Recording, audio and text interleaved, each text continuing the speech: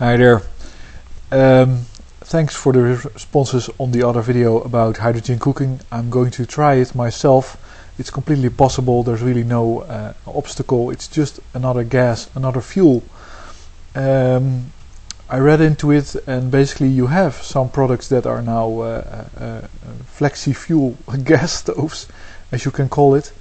And I thought for a while there might be an issue with mixing the gas, the hydrogen with the oxygen. But there really isn't. It's done exactly the same as normal natural gas.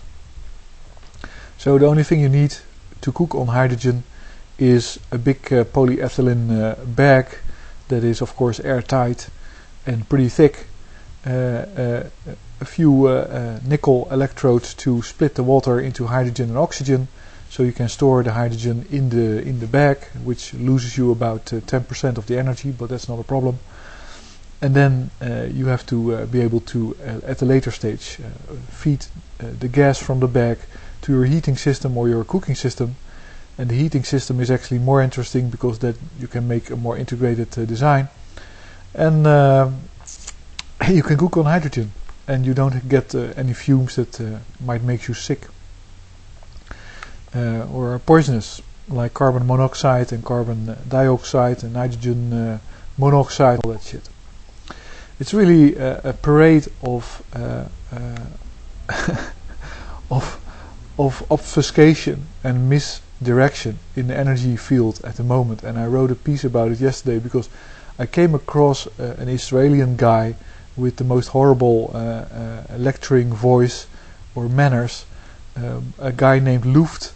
He's Gal Luft. He's a proponent of the methanol economy. He basically says, well, we're all trying to make ethanol, which is of course the stuff that doesn't make you blind. I believe that's, let's say, the alcohol that we have in our drinks. But why not a methanol economy? Because you can generate methanol using chemical processes, which are, let's say, industrial, and you can use it. You can make it using solar power, solar thermal energy. So basically, in the desert of Arabia, you can now produce with solar energy of the sun methanol, methane, and ammonia, which are all three pretty useful fuels even for internal combustion engines. And he's simply pleading for introduction of mandatory flex fuel cars, because the change from a normal car to a flexi fuel car, which can take any mixture of diesel, gasoline, rapeseed oil, mayonnaise, I don't really care, as a fuel, the conversion cost of that is about $100, which is a ridiculous low amount. If you took all the MG or the GM subsidies and put it into converting a large part of the fleet of the US into flexi fuel, they would not be, well, there at least would be some options if the cheap oil ends. And like the Americans, they're now, like Obama is considering using the strategic oil reserves. If it's necessary, it doesn't have the capacity to feed the whole of the US, so it's gonna be complete catastrophe. Completely predictable. See, but the misdirection is complete, and the methanol economy is not happening, and it's taxed and everything. But I was looking into that topic, and I discovered something else. First of all, I discovered a patent on the methanol economy. Can you imagine? So let's say the whole system of using methanol is, of course, those chemical processes date back to the 1920s, and there's an electrical process of producing methanol. I put it on my website. Which so basically you dissolve carbon dioxide in some potassium water, and then you put some current through it, and out comes on the other side methanol. It's a big miracle. But somebody patented a methanol economy. Like, the methods are already known, but apparently somebody is able to file for a patent on the use of those methods in a basically a constellation or a group of activities that you can call an economy, and then he trademarks the methanol economy. It's ridiculous. Like, so suddenly, let's say oil runs out and people make methanol using sunshine, and they want to put it in their car, and the guy's like, oh wait, you have to pay royalties to me because I made up the idea of the whole economy functioning based on methanol. You see, that's I read these patents and I just fall off my chair of laughter. I read the lies and I think, well, if you're suicidal, it's your business. If you don't want to look into the issues, if you don't want to I saw vanadium pricing, and it's a different topic, but vanadium redox batteries. Two lies. One is the per kilogram cost of that system is about 5,000, or per kilowatt hour cost of that system is about $5,000, which is crap lies. And the other one is that there's a problem with the two types of vanadium that is used in the redox in the flow battery, which is much too specialized, of course, for this type of video blog to mix, and that would be a problem. No, it's not a problem. That's the whole reason why they designed it that way. Because if you use vanadium, you have two electrodes that are exactly identical, and then you have two substances that never mix, so they cannot mix. And they're used, and they can be interchanged because they are both vanadium, but the one has a different type of electron difference than the other one. Now, this is way too deep scientifically, but it's lies. There's a professor has a slideshow which presents these lies because he never looked into the issue himself. He just regurgitates what he gets from the energy companies, whoever is consulting him, and he's a dildo. And as a result, we think we don't have an energy storage solution for electricity. So we need a smart grid. You know, it is, I think, essential. It is absolutely essential to beat down the intellect of the general public, which is happening now, because otherwise they'll just figure everything out like I do. And then there would be a revolt. That's the reason why the schools are becoming more stupid, and why the Young Turks is having an item about a teacher demonstrating some kind of super vibrator machine in class as if it was a lesson.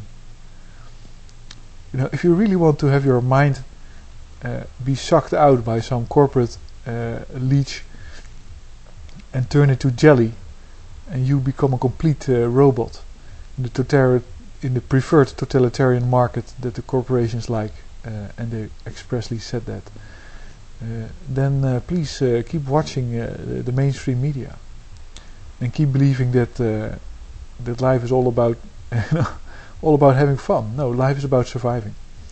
But as I was in investigating in this methanol story, I found another patent which is funny because it confirms, of course, the validity. It was basically a patent on a different economy, the ammonia economy, which I talked about already. Guess who has the patent since 2009 on producing ammonia using solar power, solar energy, not solar power but solar energy, transporting it to motive force generating machines, and of course they mean cars and airplanes and trains and motorcycles. And guess who has the patent? Toyota has the patent. You know, it's like fuck Toyota, fuck these patents. So the way to generate ammonia from electricity or solar thermal power dates back to the 1930s, and the ingredients are nitrogen, which is in the air, which is the biggest constituents of our atmosphere, water, and no carbon dioxide, because there's no carbon in ammonia. And then you make it, and you put it in a tank, and you transport it to a place where people have a diesel engine in which it burns pretty damn good, with more horsepower than any other fuel. And there's a Japanese guy flying in, and you go, oh, wait a minute, this is patented. You cannot use this technology. You know, this is like ridiculous. Are they mad? Do they think I give a fuck if anybody has a patent on the ammonia economy? It's ridiculous. Really. You know, what we need is what we need is cheap academies to teach people that are about 16 years old a couple of things about physics, and then teach them how to read these patterns, and they will be mad. They will be incensed.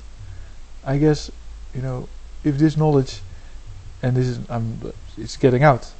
There's no stopping it. But just the whole principle of everybody getting screwed by corporations. Everybody.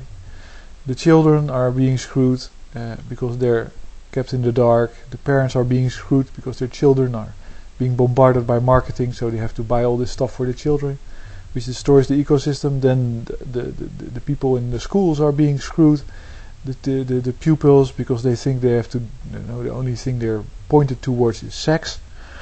Then you go to university, you get screwed because you have to take out a fucking loan to learn about how businesses work, while if you just ask a few shopkeepers and go into a company, you can find that out pretty quickly, and you're dealing with the economy every day, so why would you have to learn about it?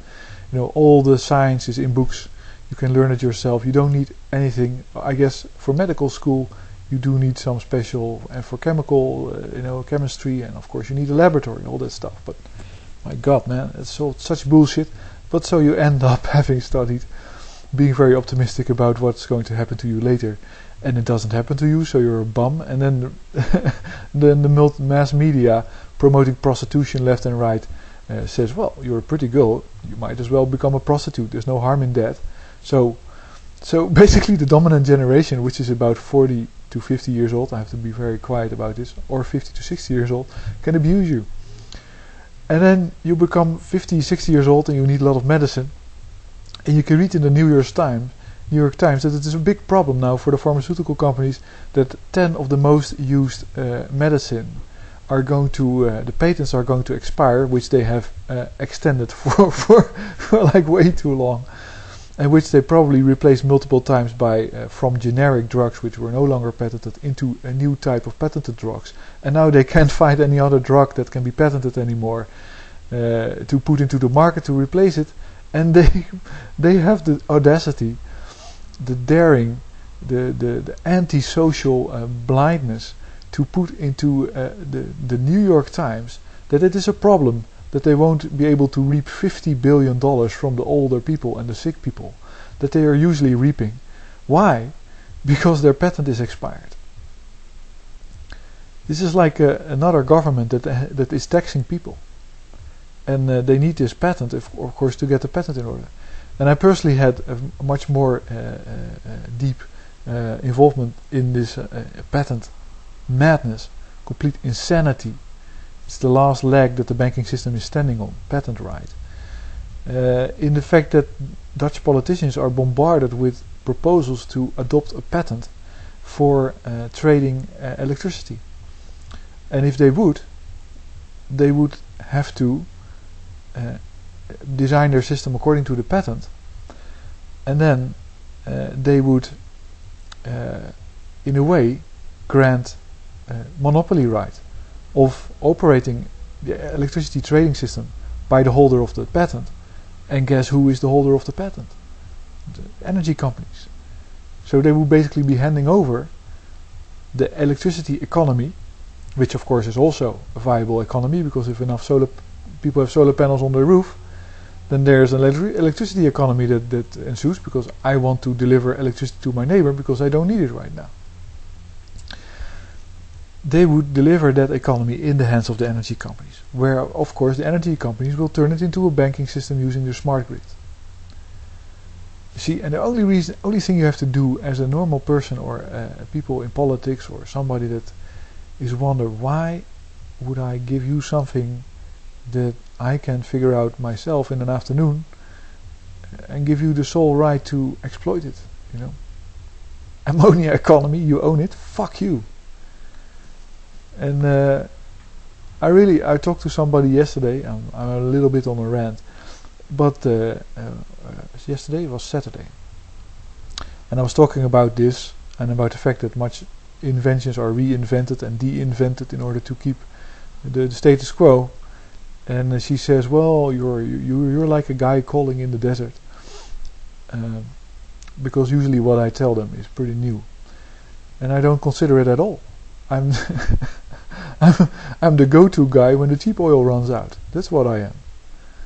You know, if you suddenly have to deal with a whole population that says there's no solutions, well, that's because you're stupid, and you and you allow yourself to be informed by commercial leeches, basically. You know, maybe the reptilians do exist, and they're in the energy companies.